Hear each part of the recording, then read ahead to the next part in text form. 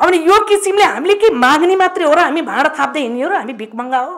थाहा छैन कसरी भन्नुहुन्छ 7.1 लाई तपाईले खण्डन गर्नु अहिले तपाईलाई थाहा नभएको कुरा हो नि त्यो होइन उसमै छ नि तपाईले त्यो मेलमै हेर्नुस् 70 पेजका सबै सम्झौताहरु छन् त्यसलाई हामीले हेरिकन आछौं त नेपाल थलो चाहिँ कसैको चाहिँ कोटी बनाएर खेल्ने होइन के त्यो कोटी बनाएर खेल्ने थलो बनाइरहेको छ त अहिले या त्यो हो त्यसैको निम्ति हो यसको विरोध सिग्नेचर गर्ने अनि बुझाउने अनि त्यसपछि त्यस्तो किसिमले त पहिले त राष्ट्रियताको कुरा गर्नु भने हाम्रो देशमा कार्यान्वयन हुने लेखा परीक्षणको पूर्ण अधिकार चाहिँ अमेरिकालाई दिने यो कहीँ नभएको जात्रा हाँडी गाउँमा नेपालकै संविधान मूल कानुनमै बाजियो भनेदेखि त्यो निष्क्रिय हुनेछ तर एमसीसी को ऐन लागू हुनेछ भनेर अनि त्यो ऐनलाई त्यो सम्झौतालाई हामीले प्रतिनिधि सभाबाट पास गराउने भनेर त्यो ल्याउँदैछन् सम्झौताको त्यो बुँदा हटाइएन भने किन हुन्न त निष्क्रिय केसीको आधारमा त जित्छन् नि उनी जित्ने पनि केसीको आधारमा हो नि हो त्यही भएर त्यसलाई राख्न मिल्दैन हो त्यही भनेको पैसा पाए भने देशलाई जिम्मा राख्न पाइन्छ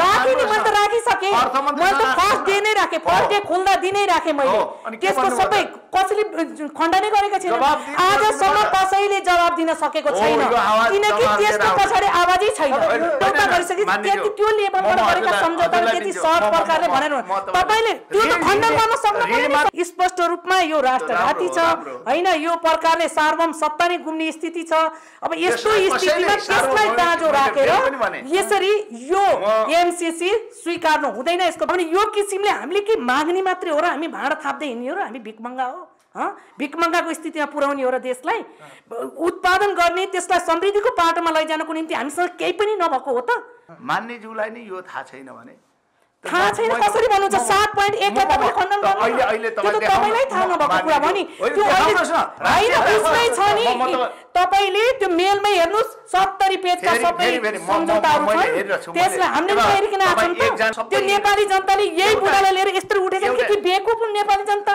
नेपाली जनता कुरा हैन तपाईलाई भन्नु जनताले सबै गर्नु भएको छ तपाईको प्रधानमन्त्री लागिरहनु भएको छ समर्थन विरोध भन्ने कुरा त हामीले त जायज कुरा पनि समर्थन गरेका छौं तपाईलाई भन्दै प्रधानमन्त्रीले हामी समर्थन किन गर्छौं बाधा पुग्न गयो भने सो त हाम्रो संविधानको त्यो नियम त्यो ऐन खारेज हुने त्यो निष्क्रिय हुने भनेपछि त्यहाँनेर जाँदाखेरि कहाँनेर रह्यो त राष्ट्रियता सहयोग लिने भन्ने कुरा त पहिले पनि त इन्डियाले गरेको छ जापानले गरेको छ चाइनाले गरेको छ अमेरिकाले पनि गरेको छ सहयोगको विरोध होइन यहाँ अति महत्त्वपूर्ण सार्वजनिक महत्त्वको प्रस्ताव आजै संसदमा पेश गर्नुस् आजै तपाई मान्ने हो त्यो अधिकार तपाईलाई समर्थक र समर्थक पनि चाहिन्छ प्रस्तावकलाई त्यो त्यत्रा पार्टीका उग्र कुरा गरेर के राहुल भन्ने के नेपाल भन्ने बुरुकुरु उठिरहेको छ तिनीहरुलाई पार्टीका तिनलाई ब्याकग्राउन्ड अगाडि पैसा देखाएको छ पछाडी सेना नै हो त्यो घेराबन्दी पार्नको निम्ति पहिले पनि अमेरिकन साम्राज्यवादले नर्थ एटलान्टिक ट्रिटी अर्गनाइजेसन तयार गरेको थियो त्यतिखेर सोभियत संघलाई अहिले यो वास्तवमै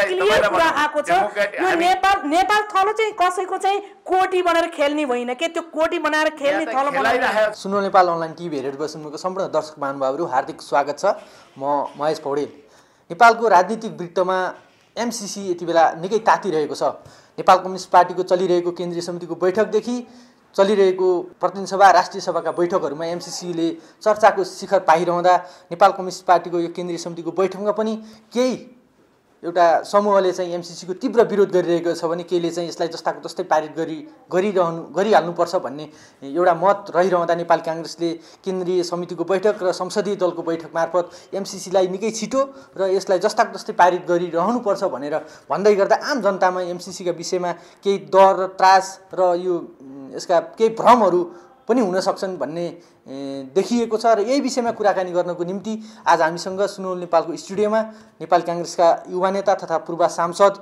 रामरी खतिवडा र राष्ट्रिय जनमोर्चाको उपाध्यक्ष तथा सांसद दुर्गा पौडेल हुनुहुन्छ। सर्वप्रथम दुवैजनालाई सुनोल नेपालमा हार्दिक स्वागत गरौँ। मान्यज्यू र केन्द्रीय सदस्य आदरणीय रामरी खतिवडा दाजु दुवैजनालाई सुनोल नेपालमा हार्दिक स्वागत छ। धन्यवाद। यति बेला एमसीसीले नेपालको एउटा राजनीतिक वृत्त चाहिँ निकै चर्काचर्की बनेको छ। केही भनौँ ठुला दलका नेताहरू अथवा ठुला नेताहरू चाहिँ यो एमसीसी चाहिँ पास गर्नुपर्छ भनेर नेपाली कांग्रेस लगायत सत्तारूढ दल नेपाल कम्युनिस्ट पार्टीलेहरूले चाहिँ यो एमसीसी पास गर्नु भनिरहेको छ। यो एमसीसीको जुन बहस हामी गर्दैछौँ नि यति बेला यो बहस चाहिँ यो बहस गर्न योग्य चाहिँ विषय कतिको यो विषय हो यो एमसीसीको बहस अहिले नेपालमा भइरहेको मान्यज्यू? एमसीसी वास्तवमै अहिले नेपालको लागि बहसको विषय मात्रै होइन, यसको वास्तविक यसको महत्त्वपूर्ण पाटोहरूलाई कोट्याएर नेपाली जनतालाई जनाउनु पर्ने र जनताले जान्न पर्ने आवश्यक पनि छ।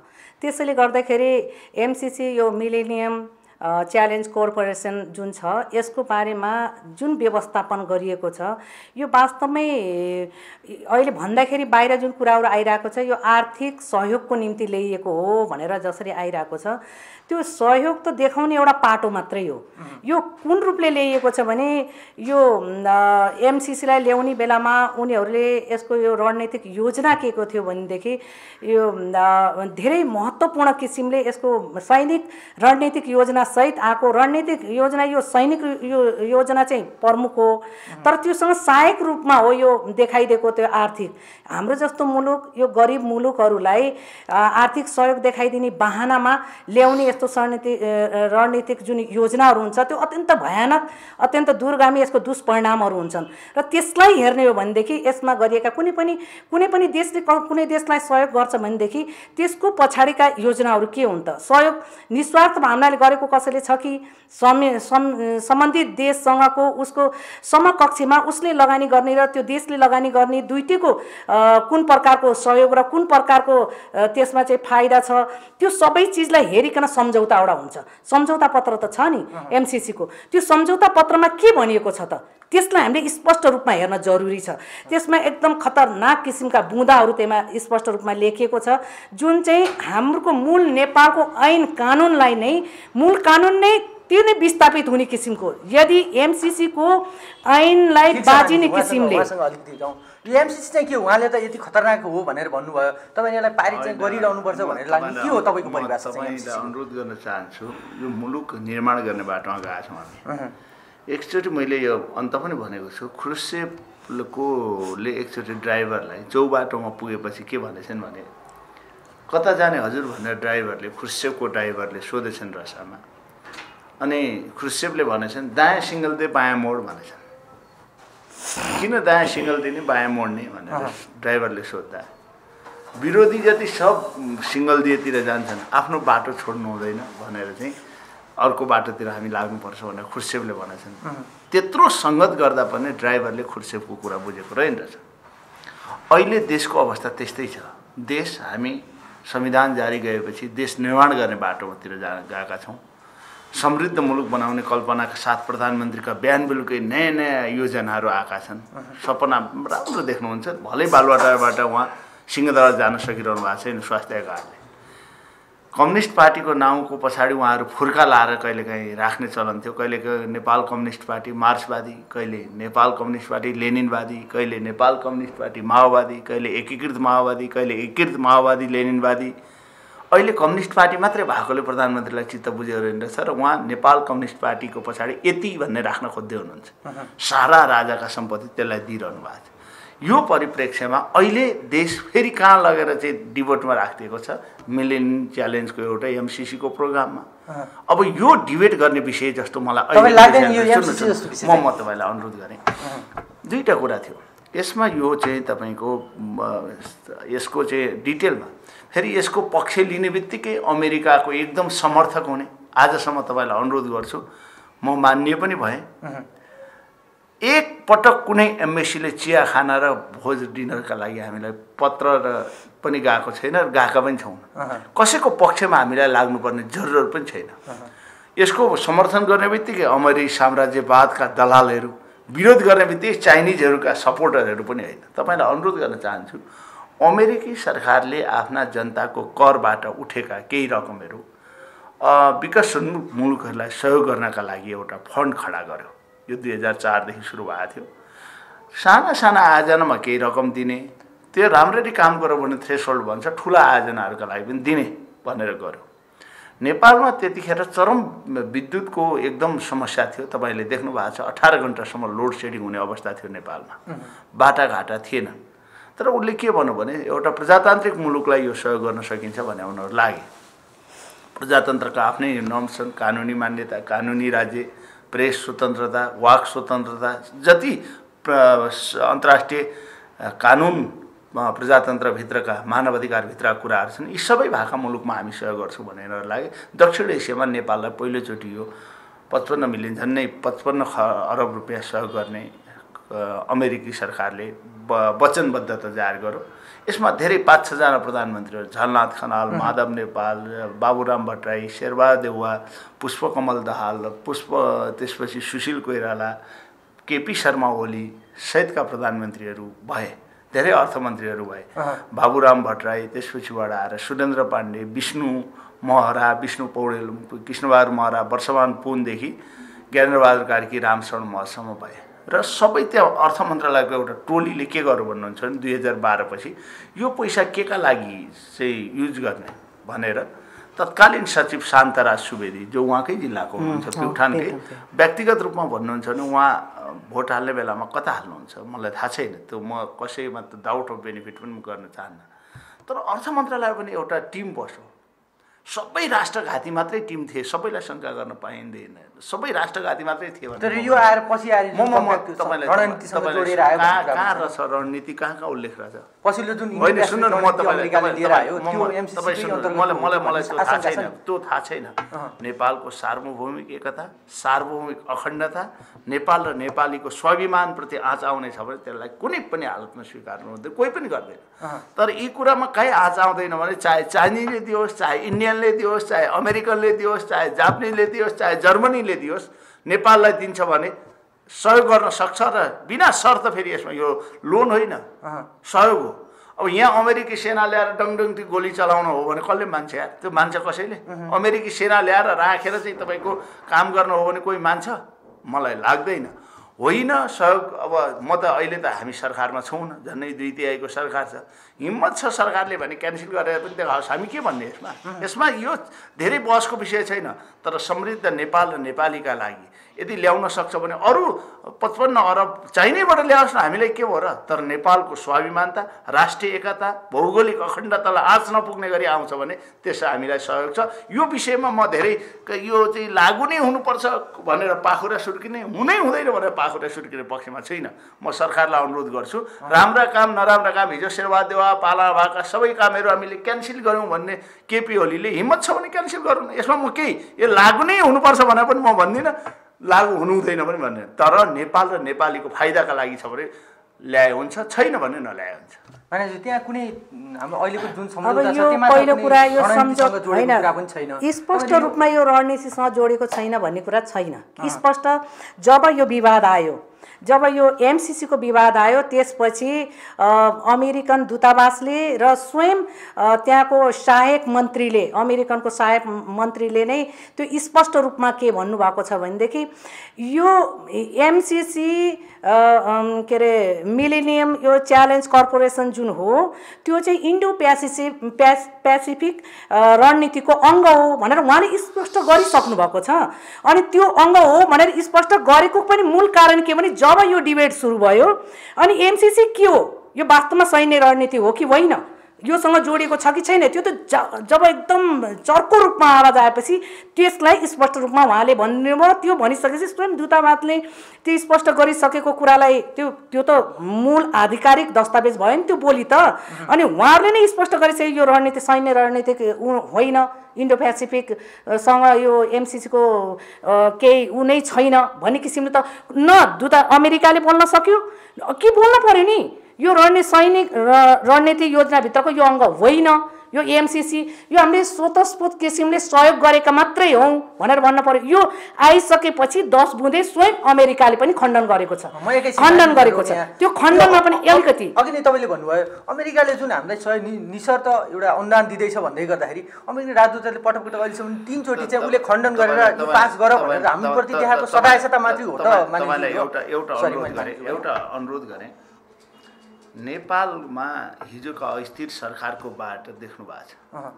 हामी कतिसम्म गऱ्यौँ भने एउटै पार्टीको एउटै सरकारमा आफ्नै पार्टीका मान्छेले सरकार गिराउने प्रवृत्ति पनि हाम्रो देशमा थियो।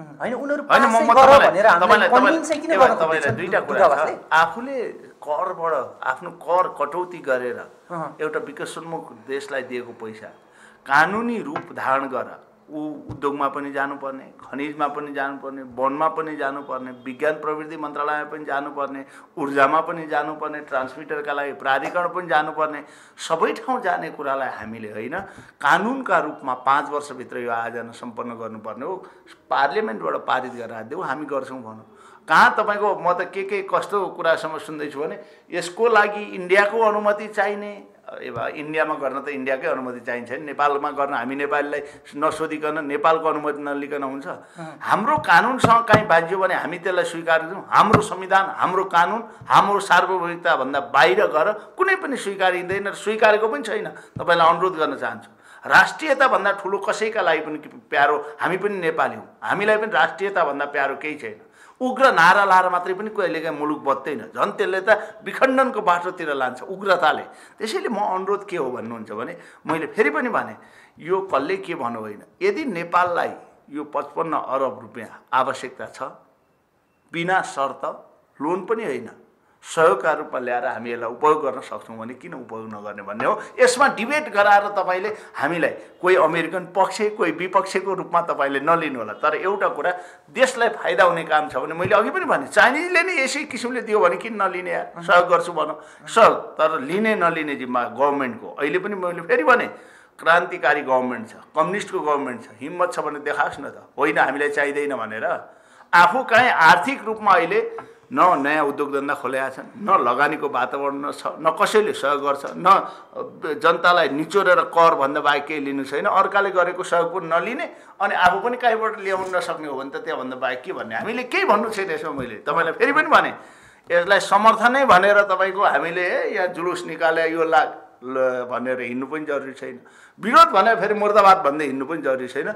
नेपाल र नेपालीको आवश्यकतालाई महसुस गरेर देश समृद्धि बनाउन आवश्यक छ भने ल्याउँ, तर सित्तैमा आएको पैसा नेपालीको हक हित र नेपालीलाई सार्वभौमिकतामा अखण्डतालाई असर पुग्दैन भने लिनुपर्छ भन्ने धारणा। स्पष्ट रूपमा एमसीसीको सम्झौता पत्रमा धारा 7.1 उठाएर हेर्नुस्, त्यसमा स्पष्ट रूपमा के लेखिएको छ भनेदेखि एमसीसीको जुन ऐन छ अहिले हाम्रो उसले काम गर्ने दौरानमा उसको ऐनसँग बाजियो हाम्रो संविधान भनी हाम्रो संविधान स्वतः निष्क्रिय हुनेछ, लागू कुन हुनेछ एमसीसीको त्यो ऐन लागू हुनेछ भनेपछि यसले यो गर्दा बित्तिकै त्यो सम्झौता पत्रमा छ अनि त्यो राखेपछि सार्वभौमिकता खोइ त, राष्ट्रियता खोइ त, राष्ट्रियता कहाँ खोज्ने हो?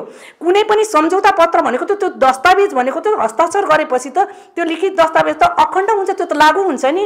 अनि त्यो चाहिँ सदनले पास गरेपछि हाम्रो कुनै पनि अप्ठ्यारा विधेयकहरूलाई पास गर्नको निम्ति के अरे सार्वजनिक स्थलको उसमा सार्वजनिक जग्गा जमिन यो सारा चिजलाई विधेयकहरू त्यो आउँदा बित्तिकै जग्गा सम्बन्धीको विधेयक आउँदै 2/3 बहुमत खोज्ने, महत्त्वपूर्ण अप्ठ्यारा विधेयकहरू आउँदाखेरि 2/3 बहुमत चाहिन्छ। जब संविधानले हाम्रो प्रतिनिधि सभाले नै नीति निर्माण गर्ने थलोले नै त्यो चिजलाई पास गरिदिसकेपछि हाम्रो संविधानभन्दा माथि त्यो हुने भयो एनसीसीको सम्झौता पत्रको नियम। उसलाई अप्ठ्यारो पर्दा बित्तिकै हाम्रो नेपालभित्र लागू गर्ने, तर त्यो उसको ऐन हाम्रो संविधानभन्दा माथि रहने हो। त्यससँग जुद्यो हाम्रो संविधान कहीँनिर पनि बाधा पुग्न गयो भने स्वतः हाम्रो संविधानको त्यो नियम त्यो ऐन खारेज हुने, त्यो निष्क्रिय हुने भनेपछि त्यहाँनिर जाँदाखेरि कहाँनिर रह्यो त राष्ट्रियता? सहयोग लिने भन्ने कुरा त पहिले पनि त इन्डियाले पनि गरेको छ, जापानले गरेको छ, चाइनाले गरेको छ, अमेरिकाले पनि गरेको छ। सहयोगको विरोध होइन यहाँ, सहयोग दुई पक्षको सहमतिमा कुनै पनि चिज कसैले अल्प विकसित मुलुकहरूलाई देला, कोही विकास उन्मुख मुलुकहरूलाई देला कुनै देशले सहयोग, त्यो सहयोग लिने कुराको विरोध होइन। सहयोगको प्रकृति के हो, त्योसँग जोडिएका त्यसको दूरगामी दुष्परिणाम के हुन् र त्यो सम्झौतामा के उल्लेखित छ, सम्झौतामा सम्बन्धित निकायले कुन प्रकारले हस्ताक्षर गरेको छ, त्यो हो नि महत्त्वपूर्ण कुरा। पहिलो सबैभन्दा ठुलो हानि त सबैभन्दा ठुलो भयानक राष्ट्रियता नै गुमाउने किसिमको यो सम्झौतामा 7.1 मा जुन धारा 7.1 मा उल्लेखित छ एमसीसीको ऐनमा बाजिने नेपालको संविधान खारेज निष्क्रिय हुनेछ, लागू त्यो हुनेछ भनेको छ। यो नै सबैभन्दा खतरनाक यो छ। त्यो सँगसँगै हाम्रो देशमा लागू हुने हाम्रो देशमा कार्यान्वयन गरेर जाने कुनै पनि ऐन कुनै नियम त्यो बनाउँछ भनेदेखि कार्यान्वयन गर्ने ठाउँ थलोवाला त्यसको हक हुन्छ कि हुन्न, त्यो नेपालको हक हुन्छ कि हुन्न। अब त्यसको निम्ति अनिवार्य रूपले इन्डियाले किन सम्झौता के अरे सिग्नेचर गर्न पर्यो? हस्ताक्षर इन्डियाको अनिवार्य भनेको छ, त्यही सम्झौता पत्रमा भनेको छ।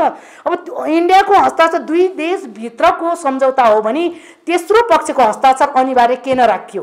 त्यसको पनि त व्याख्या हुनु पर्यो, कारण खुलस्त रूपमा बताउनु पर्यो नि। नेपाली जनता, यो देश नेपाली जनताको, यो नेपाल यो राष्ट्रभवन संरक्षण गर्ने, यो राष्ट्रियतालाई जोगाउने, यसलाई अगाडि बढाउने, समृद्धिको पाटोमा लैजाने त नेपाली जनता हुन् नि, मेन जनताको हातमा हो नि त्यो चिज, त उसको हक हो नि। अब तेस्रो पक्षको सम्झौता अनिवार्य भनेको छ, त्यसमा खतरनाक बुँदाहरू छन्। त्यो सँगसँगै अर्को बुँदा पनि छ। अर्को बुँदामा पनि त्यही सम्झौता पत्रमा स्पष्ट के गरिएको छ भने यहाँ बौद्धिक जति पनि लगानी र त्यहाँको जति पनि उत्पादन जे हुने भयो त्यो पुरै अमेरिकाले लैजाने, यो देशको बौद्धिक सम्पत्ति अमेरिकाको हुने भनेर सम्झौता पत्रमा स्पष्ट राखिएको छ नि। सम्झौता पत्र खोलेर त्यसको व्याख्या गर्न पर्यो कि सरकारले गर्न पर्यो? एमसीसी पास गर्ने हो भने त्यहाँ ल्याउन सक्ने हिम्मत राख्नेले पहिला त्यो व्याख्या गरेर त्यो कारण के हो, त्यो सम्झौताको के हो, त्यो रूप त्यो स्पष्ट रूपमा लेखिएको के हो, त्यो गलत पनि गलत भन्न सक्न पर्यो नि, त्यसको खण्डन गर्न सक्न पर्यो नि। त्यति मात्र होइन, रणनीतिक यो इन्डो पेसिफिक रणनीतिक अङ्ग हो भन्ने कुरा यो पछिल्लो आवरमा श्रीलङ्का र नेपाल त्यसमा सम्मिलित हुँदैछ, यो खुसीको कुरा हो भनेर परराष्ट्र मन्त्रीले नै के अरे भनिसकेको कुरा हो यो अमेरिकाको।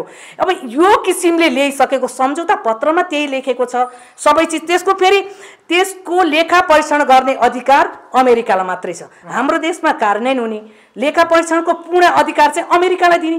यो कहीँ नभएको जात्रा हाँडी गाउँमा। अब यो किसिमले हामीले के माग्ने मात्रै हो र हामी भाँडा थाप्दै हिँड्ने हो र हामी भिखमङ्गा हो? भिखमङ्गाको स्थितिमा पुर्याउने हो र देशलाई उत्पादन गर्ने, त्यसलाई समृद्धिको पाटोमा लैजानको निम्ति हामीसँग केही पनि नभएको हो त? हामीसँग भएका यहाँ स्रोत साधनहरूलाई कतिको उपयोग गरियो त? त्यो स्रोत साधनलाई सही किसिमले विकास समृद्धिको पाटोमा लैजानको निम्ति कति प्रयोग गरियो त? त्यो बाटो कति गइयो त? यो बुदा चाहिँ म मान्यज्यूलाई त्यसलाई अङ्ग्रेजी र नेपालीमा एकचोटि सबैलाई यो उल्था गरेर म सरकारलाई नै अनुरोध गर्छु, एकचोटि बाँडिदिनु पर्यो। यस्तो भ्रममा कोही रहनु भएन। सुन्नु न, यस्तो भ्रममा कोही रहनु भएन। बरु मान्यज्यू हुनुहुन्छ, कमसेकम त्यो इन्फर्मेसन होस्। लेखा परीक्षण मात्र होइन, यहाँको महालेखा परीक्षकले सबै हेर्छ। अहिले पनि महालेखा परीक्षकले त्यो रिपोर्ट हेरिरहेको छ र तपाईँको भर्खरै मैले त्यहाँको एकजना एमडीको अस्तिको मात्रै एउटा लेख पनि आएको छ। महालेखा परीक्षक, हाम्रो महालेखा परीक्षकसँग एकचोटि गएर बुझिदिनुहोस् मान्यज्यूहरूलाई पनि, सबैलाई भन्छु म, मैले मात्रै होइन, मैले पनि बुझ्नुपर्ने छ भने म पनि बुझ्छु। मेरो कुरा तपाईँकै कुरा आउँछ, फेरि यो उग्र कुरा गरेर मात्रै पनि मुलुक बन्दैन। म फेरि पनि भने राष्ट्रियताको बारेमा हामीलाई भन्दा चिन्ता कसैलाई नहोला, हामी नेपाली हौँ। सबै नेपालीलाई छ, तपाईँलाई भन्छु एउटा कुरा, राष्ट्रियताको बारेमा अरू आएर हामीलाई थर्काउँछ भने हामीलाई मन पर्छ त्यो नाउँमा, सहयोगका नाउँमा। तर म एउटा कुरा भने, यो स्पष्टता पार्ने काम सरकारकै हुन्छ। तर मलाई जहाँसम्म उहाँले भनेको एउटा कुरामा म फेरि पनि गएँ, के अरे सैनिक आउने, कानुन लागू नहुने। तपाईँलाई एउटा कुरा जानकारी होस्, उहाँ संविधान बनाउने मान्छे हो। योभन्दा अगाडिको संविधान सभामा उहाँ र म सँगै छौँ। संविधान बनाउने मान्छेलाई हामीलाई जानकारी छ, नेपालको कुनै पनि भागमा, कुनै पनि ठाउँमा संसारमै नेपालको कानुन लागू हुन्छ, विदेशी कानुन लागू हुँदैन र संविधानभन्दा माथि कुनै पनि हुँदैन। त्यो भ्रममा कोही पनि पर्नु हुँदैन। कसैले आएर यहाँ सही गर्दैमा, एउटा कानुन मन्त्रालयको एउटा गजेटमा निकाल्दैमा अथवा त्यो संविधानभन्दा ठुलो हुन्छ, त्यस्तो भ्रममा पर्नुहुन्छ कोही? तपाईँलाई भन्दैछु, बुधा सबै बुधा एउटा मात्र होइन। अनि जहाँसम्म तपाईँले इन्डियाको सहमति लिनुपर्छ भनेर मान्यज्यूले भन्नुभयो, ए बाबा, हाम्रो ट्रान्समिटर लाइन काठमाडौँको लप्सेफेदीदेखि हामी सुरुवात गरेर त्रिशुलीदेखि हामी त्यसलाई पोखरा हुँदै पाल्पाबाट बुटोलसम्म पुर्याउँछौँ।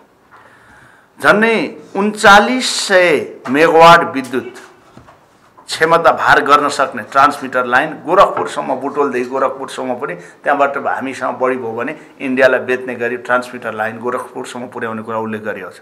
बुटोलसम्म हामीले सहमति लिने, त्यहाँभन्दा उताको भाग इन्डियासँग त लिनै पर्यो नि, हामीसँग लिएर इन्डियाको त हुँदैन नि, उही देशसँग हो नि। तर त्यो पनि भइसकेको छ, इन्डियासँग सहमति लिने कुरा पनि गरिसकेको छ, इन्डियाले सहमति पनि दिइसक्यो दुई देश बिचको, त्यहाँबाट गोरखपुरसम्म ट्रान्समिटर लाइन बनाउने।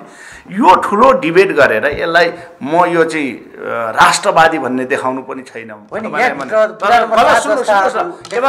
व्याख्या गर्ने म तपाईँलाई अनुरोध गरेँ, यो व्याख्या गराउने काम तपाईँको पार्लियामेन्टको हो नि यार, गभर्मेन्टको होइन। बनाउनेले यो सबै कुरा छर्लङ्ग नेपाली जनतालाई स्पष्ट पार्नु पर्दैन। एउटा काङ्ग्रेस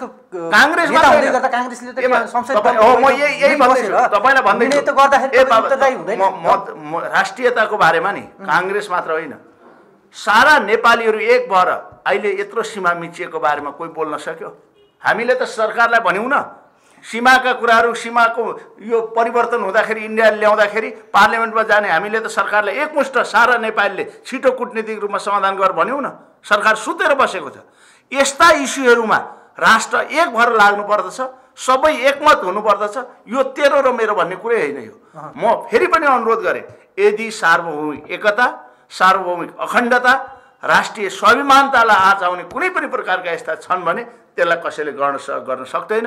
होइन सहयोग आउँछ भनेदेखि जसले दिन्छ, चाइना लिन सक्नु पर्यो, चाइनाबाट ल्याउन सक्नु पर्यो, इन्डियाबाट पनि ल्याउन सक्नु पर्यो, जापानबाट पनि। मैले फेरि पनि भने, तर फेरि पनि तपाईँहरू के हो भने यो नाउँमा भ्रम सिर्जना गरेर, राष्ट्रियताका नाउँमा भ्रम सिर्जना गरेर नेपाली जनतालाई उत्तेजित बनाएर हिँड्ने काम मात्रै हामीले गर्नु हुँदैन। एउटा कुरा के हो भने स्पष्ट रूपमा धारा 7.1लाई यो होइन, यो चाहिँ के अरे उनीहरूले ल्याएका होइनन्, यो चाहिँ संविधान चाहिँ खारेज हुने कुरै हुन्न नि, त्यो निष्क्रिय हुने कुरै हुन्न नि भन्नुभएको छ नि। त्यो भोलिको भरमा होइन, अहिलेसम्म त हुने कुरै भएन नि। हामीले सम्झौता गरेका छैनौँ।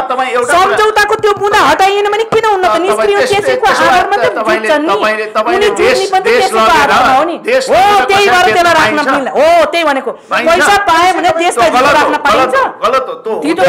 त्यो धितो राख्न पाइन्छ हो, धितो राख्न हुन्न। हाम्रो पैसा लिने, सहयोग लिने कुराको त कसले विरोध गर्यो?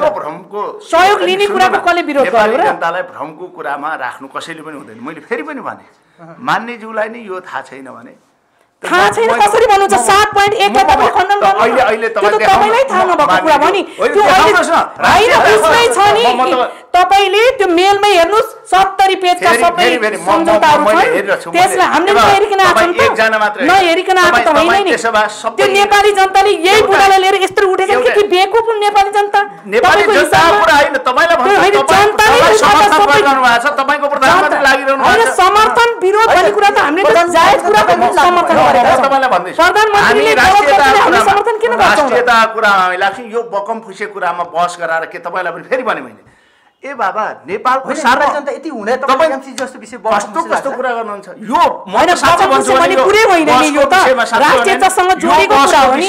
किन म भन्दैछु भने नि, बेमौसमका कुराहरू, बेमौसमका तर्कहरू ल्याएर जनताको डाइभर्ट अन्त गराउने, ध्यान डाइभर्ट गराउने काम गरेको छ अहिले सरकारले। यो आफैले हिजो सारा तपाईँको मैले भन्न, बाबुराम भट्टराई, पुष्पकमल दाहाल, त्यसपछि अघि पनि भने झलनाथ खनाल, केपी शर्मा ओली, सुशील कोइराला, शेरबहादुर देउवा अनि अर्थमन्त्रीहरूमा मैले सबै भने, इभन कृष्णबहादुर महरा, हिजो प्रधानमन्त्रीले त आफ्नो पार्टीको सेन्ट्रल कमिटीको मिटिङमा पनि कृष्णबहादुर महराको नाउँ लिएर परराष्ट्र मन्त्री हुँदा पनि अर्थमन्त्री हुँदा पनि उहाँले यो भन्नुभयो भनेर भन्नुभएको छ, हिजो पनि भन्नुभएको छ। कम्युनिस्ट पार्टीहरू आफ्ना नाउँका पछाडि कहिले मार्क्सको कहिले लेनिनको, मैले भने विदेशीको नेताको नाउँ राखेर, पार्टीको नाउँ नै विदेशी नेताहरूको नाउँ राखेर गर्ने मान्छेहरू त राष्ट्रवादीका कुरा गर्छन् भने हामीलाई राष्ट्रवाद प्यारो छैन होला। तर यो इस्युमा तपाईँलाई फेरि पनि भने, यो इस्युमा फेरि पनि म तपाईँलाई भने, राष्ट्रियतालाई, अखण्डतालाई, सार्वभौमिकतालाई असर गर्ने गरी छ भने यसलाई पारित गर्नु हुँदैन। कमसेकम सरकारले र सरकारमा बस्नेहरूले अहिले सबैले खुलस्त यसलाई राखिदिनुपर्छ।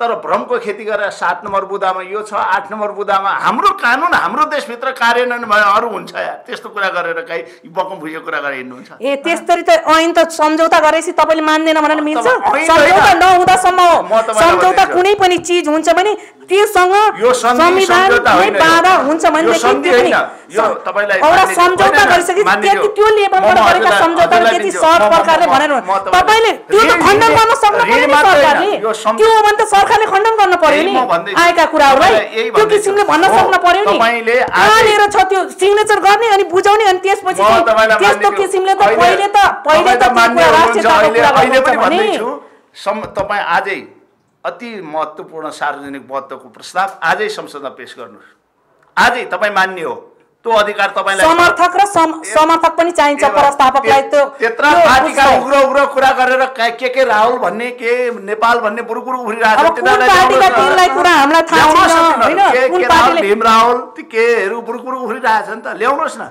देशका लागि साच्चै हो खाटा छ भने हाम्रै पनि मान्छेहरू होलान् आजै तपाईँ सार्वजनिक महत्त्वको जरुरी प्रस्तावको विषय पेश गर्नुहोस् मान्यज्यू त्यो पेश गर्नको समर्थक चाहिन्छ त्यो त तपाईलाई सहिले छ भन्दिन फल्नाले बोलेको तपाईकै पार्टी भित्र पनि बोल्छन् अनि बोलिसकेपछि कोही बोल्नेले समर्थन गर्ने कुरा आयो भने पार्टीको होइ पाछ भन्छ हाम्रो मेरो अवस्था कसैले रोक्न सक्दैन मेरो ठाउँमा लान सक्छु सदनमा एक्लै पनि बोल्न सक्छु एक्लै भए पनि तपाईको जुन स्ट्यान्ड हुन्छ म तपाईलाई फेरि पनि भन्छु ती के बाहिर दिने विषय कराउँदै हिँडेर मात्रै हो त आठ केही नगर्ने यदि हो भने तो बाहिर मन्त्री पाइन भनेर केपी ओलीलाई थर्काउने मात्रै हो त हो भने दुर्गा मान्य दुर्गासँग गएर आजै गएर पौडेलसँग गएर उहाँ प्रस्तावक बसेर के राहुल अरे भीम राहुलदेखि सबले लानुहोस् न यार समर्थन गर भन्ने कुरा उहाँहरूले मलाई गर यस्तै गर भनेर म जाने कुरा होइन हेर्नुहोस् मैले आफ्नो विचार राख्ने हो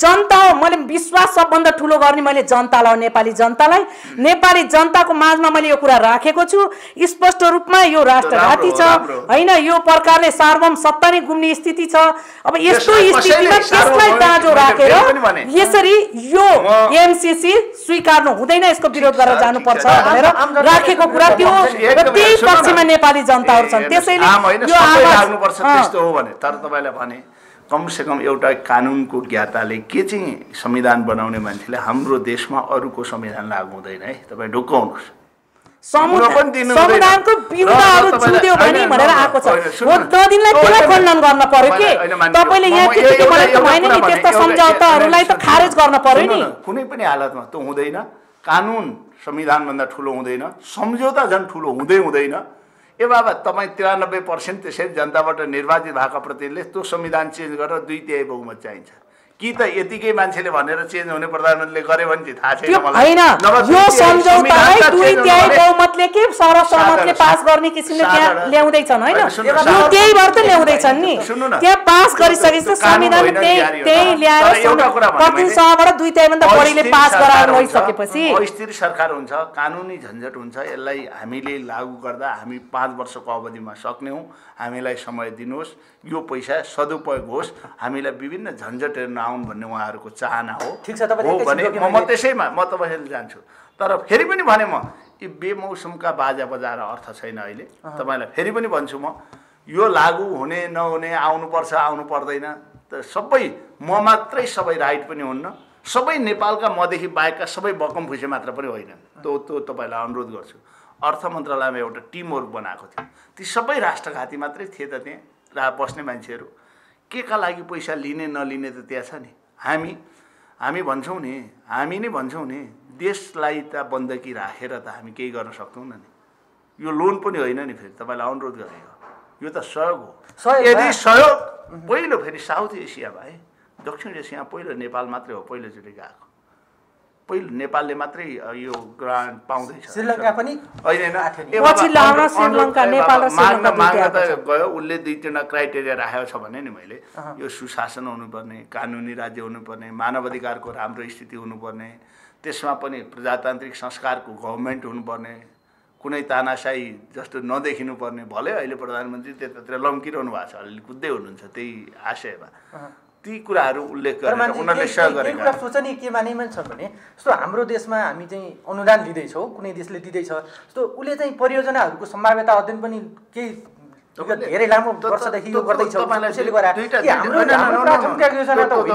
कस्तो कुरा गर्नु तपाईँको प्राथमिकता होइन भने उसले त भन्नु नि अहिले पो त्यतिखेर पो अहिले हामीसँग विद्युत अलिकता भयो मैले अघि भने नि 18 घण्टासम्म लोड सेडिङ देखेपछि नेपालका बाटाहरूको अवस्था देखेपछि यो लोड सेडिङबाट मुक्त गर्न विद्युत प्रसारण लाइन र विद्युतीकरण गर्न र बाटाहरूको स्तर उन्नति गर्न दिएको अरू त भनेकै छैन।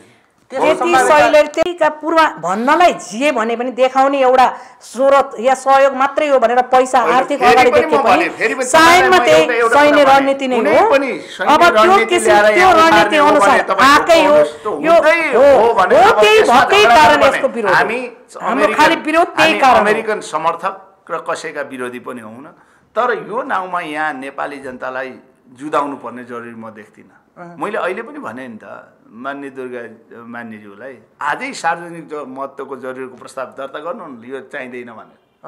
काङ्ग्रेसले किन नगर्ने? होइन मैले भने यसमा मैले नेपालीलाई असर गर्ने कुरा छैन भने सहयोग गरेँ भने लिनुपर्छ भने मैले फेरि भने सार्वभौमिकता अखण्डता मैले अघिदेखि भनिरहेको छु, त्यसलाई असर गर्ने छैन भने लिनुपर्छ भने भनिरहेको छु।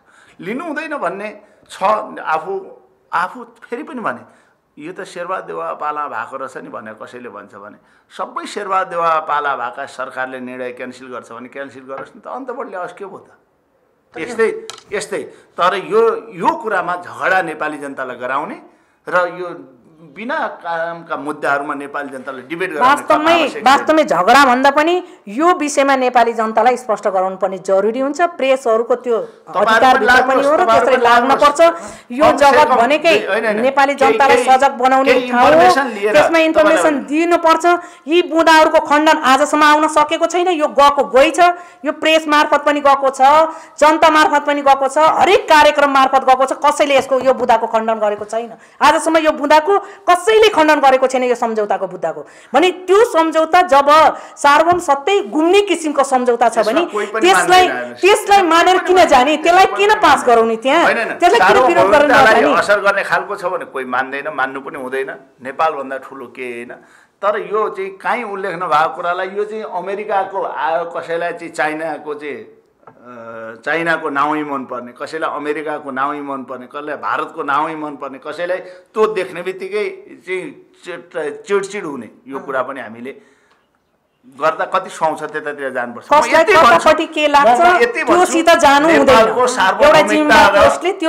एकदम नेपालको सार्वभौमिकता र सार्वभौमिकता अखण्डतालाई असर नपुग्ने काम हुनुपर्छ। उग्रताका कुराले मात्रै मुलुकलाई फाइदा हुँदैन। मुलुक बनाउने निर्माण गर्ने ठाउँमा गइसकेपछि केही कुराहरू मुलुक निर्माण गर्ने ठाउँमा गइसकेपछि केही कुराहरू उनीहरूले छिटो गर्दैदेखि तिमीहरूलाई नै सहजताका लागि यो नियम बनाइदेऊ, हामीलाई सहजता हुन्छ भन्नु र सरकारले मैले भने फेरि नेपालका कुनै पनि कुरालाई असर नगर्ने गरी त्यस्तो सजिलोपन ल्याइदियो भने त जो पनि सजिलोपनका लागि त सहयोग गर्न तयार भइहाल्छ। तर सार्वभौमिकताको बारेमा मैले फेरि पनि भने यो चाहिँ इस्यु अलिकता तपाईहरुले पनि डाइभर्ट गरेर सुन्नु मेन तपाईलाई लाग्यो होला कतिलाई थाहा नभएको पनि छ। ए बाबा थाहा नभएर पनि त यो इस्युमा मान्छेहरु रणभुल्ल परेको हुन सक्छ नि।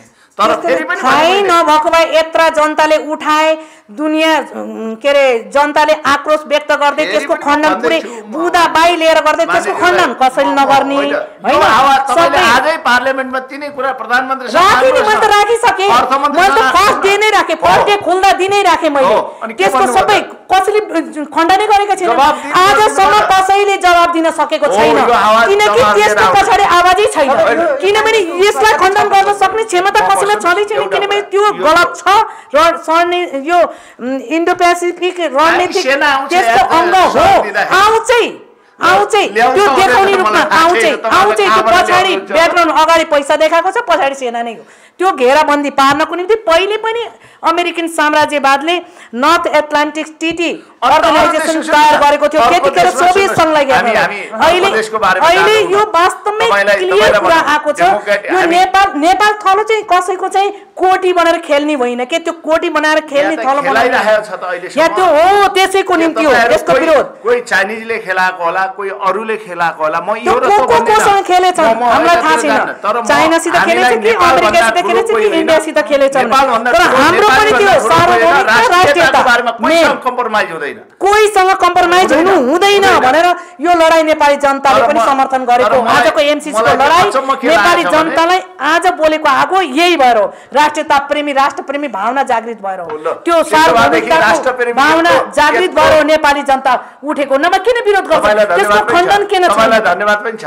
राष्ट्रप्रेमिताको नाउँमा सरकारमा झन्नै 2/3 बहुमतबाट पुग्नुभएका सम्मान्य प्रधानमन्त्री केपी ओली यत्रो राष्ट्रवादी, भले भारतीय प्रधानमन्त्री आउँदा भारतीय प्रधानमन्त्री जे ड्रेस लाउँछन् त्यही लाएर चट्ट उपस्थित हुने राष्ट्रवादी प्रधानमन्त्री नेपालको सीमा मेचिँदाखेरि बालुवाटारबाट भारतीय प्रधानमन्त्री चाहिँ तपाईँको जन्मदिनका दिन अङ्ग्रेजीमा, हिन्दीमा, गुजरातीमा ट्विट गर्ने प्रधानमन्त्री, यत्रो सीमा मेचिँदा र यी कुरा हुँदा बोल्न नसक्ने राष्ट्रवादी प्रधानमन्त्रीले यसको जवाफ दिएर के गर्नुपर्ने गर्नुपर्छ। तपाईहरु पनि उहाँसँगै हुनुहुन्छ नि त? यो कुरा मैले त भने सँगै हुनुहुन्छ, मैले सँगै होइन, मैले देखाएको कुरा मैले बोले। छैन भने तपाईँ पार्लियामेन्टमा गएर यो पास गर्ने पार्लियामेन्टमा हो भने 2/3 छ, यो त सामान्य बहुमतले गरे हुने भन्ने उल्लेख छ। सामान्य बहुमतले त्यहाँ बेला बेला उफ्रिनेहरूले अब त्यहाँ पार्लियामेन्टमा देखाउनु पर्यो नि, पारित नगरेर कुरा चाहिँ बाहिर ठुला गर्ने, त्यहाँ फुसुक्क गरेर फेरि पार्लियामेन्टमा आफै सांसदै भोट हाल्दै हिँड्ने हो भने के अर्थ भयो? यो बाहिर बोल्यो के अर्थ हो? त्यो काम नगरेर जनतालाई फेरि पनि भ्रममा चाहिँ नपारिदिन अनुरोध गर्छु। धन्यवाद। मैले स्पष्ट रूपमा के भन्छु भने यो एमसीसी वास्तवमै इन्डो प्यासिफिक रणनीतिको अङ्ग हो भनेर स्वयं अमेरिकन सहायक मन्त्रीले पनि र राजदूतावासले पनि वक्तव्य जारी गरिसकेको छ। यो सम्झौतामै यति खतरनाक किसिमले राखिएको छ कि नेपालकै संविधान मूल कानुनमै बाजियो भनेदेखि त्यो निष्क्रिय हुनेछ, तर एमसीसी को ऐन लागू हुनेछ भनेर। अनि त्यो ऐनलाई, त्यो सम्झौतालाई हामीले प्रतिनिधि सभाबाट पास गराउने भनेर त्यो ल्याउँदैछन्। त्यसैले यसको यति खतरनाक त्यो किसिमले आयो भने नेपालको सार्वभौमिकता कहाँ जान्छ? र यो एमसीसीलाई हामीले समर्थन गर्नु भनेको हाम्रो नेपालको परराष्ट्र नीति असंलग्न नीति जुन छ त्यसको पनि खिलाफ छ। र यसलाई यसरी ल्याउनु भनेको यो राष्ट्रलाई वास्तवमा भन्नुहुन्छ भनेदेखि यो अमेरिकन साम्राज्यवादको एउटा गोटी बनाएर यो हिन्द प्रशान्त क्षेत्रका देशहरूलाई त्यसभित्र आफ्नो साम्राज्यवादी नीति लागू गर्नको निम्ति यो ल्याइएको एमसीसी हो। यसको जनताले जुन प्रकारले बुझेर अहिले विरोध गरिराख्नु भएको छ त अत्यन्त उज्जवल प्रकारको उहाँहरूको त्यो विरोध छ। त्यसलाई हामीले धेरै समर्थन गर्दै जनता नै हुन् यो देशको मूल कर्णधार र हामीलाई त्यो विश्वास छ र जनताकै आन्दोलनले यो एमसीसीलाई खारेज गरेर छोड्नेछ भन्ने कुरामा पूर्ण विश्वास सहित यो विचार राख्छु र जनतालाई पनि यो आन्दोलनलाई त्यही प्रकारले नेतृत्व गरेर अगाडि लैजानको निम्ति पुरै सपोर्ट पुर्याउनको निम्ति र स्वयं संसदमा पनि यो एमसीसी को विरुद्धमा मैले हिजो पनि बोले, फेरि पनि बोल्छु। लगातार यो एमसीसी यो प्रतिवेदन यसलाई ल्याइयो, यो सम्झौतालाई त्यहाँबाट पास गराउन ल्याइयो भनेदेखि त्यसको विरोधमा नै म बोल्ने छु र त्यही प्रकारले त्यसको विरोध गरेर जानेछु। यसलाई पनि सपोर्ट पुग्ने गरेर तपाईँ सम्पूर्ण नेपाली जनताहरू उठ्नको निम्ति आह्वान गर्छु। धन्यवाद। जस्तो केही भ्रमहरू छन् नि यो म फेरि म तपाईँलाई दुईटा कुरा भने धेरै कुरा गर्न गइनँ। मैले अघि धेरै कुराहरू भनिसकेँ। यसलाई स्पष्ट पारिदिने काम केही कुराहरू छन् भने नेपाल सरकारले अमेरिकी सरकारसँग कुरा गर्नु पर्यो। यी बुदाहरू नेपाली हाम्रा मान्यहरू शुद्ध भ्रममा पर्नुभयो। मान्य होइन, मन्त्रीहरू पनि भ्रममा पर्नुभयो। कुनै बेला रक्षा मन्त्री नै भएका, गृहमन्त्री नै भएका मान्छेहरू पनि यो कुरा खोज्दै हुनुहुन्छ है, यो कुरा खोज्दै हुन्छ। यसलाई प्रश्न पारिदिनुहोस् भनेर नेपालको परराष्ट्र मन्त्रीले तुरुन्त त्यो एमसीसी पार्लियामेन्ट लानु अगाडि सबै कुरा छर्लङ्ग बाटो देखाइदिने दायित्व सरकारको हो, त्यो देखाइदिएर जानुपर्छ र यो काम गर्ने दायित्व पनि तिनीहरूकै हो। र त्यति कुरा मान्य भएका मन्त्री भएकालाई पनि थाहा नदिकन खुसुक्क पास गर्न लागेको र राष्ट्रियतालाई असर गर्छ भने त कसले मान्छ? तर कमसेकम त्यति कुरा उहाँहरूले थाहा पाउनु पर्यो। यो नेपालमा सैनिक अखडा बनाउन आउने होइन, सहयोग आउने हो। सहयोग आउँदा आवश्यक पर्छ लिनुहोस्, नभए अमेरिकाले चाहिँ के को चासो यार, धेर भएर पैसा दिएको होइन होला नि त। आफ्नो नागरिक ल्याएको यहाँ नेपालमा झगडा गराउनु त ल्याएर दिने होइन होला नि त। यदि झगडा गराउन दिएको भए त्यसलाई किन हामीले लिनु? हामी झगडा गर्ने सार्वभौमिकतै जाने हो भने त पैसा किन लिनु? त्यसैले नेपालभन्दा ठुलो अमेरिकन पैसा हुँदैन। मैले यसमा फेरि पनि भने, तर नबुझिकन 2-4 जनालाई उफारेर पनि समस्या साँदैन। सरकारले क्लियर गरोस्। धन्यवाद। हस्, दुवैजनालाई धेरै धेरै धन्यवाद। हस्, धन्यवाद।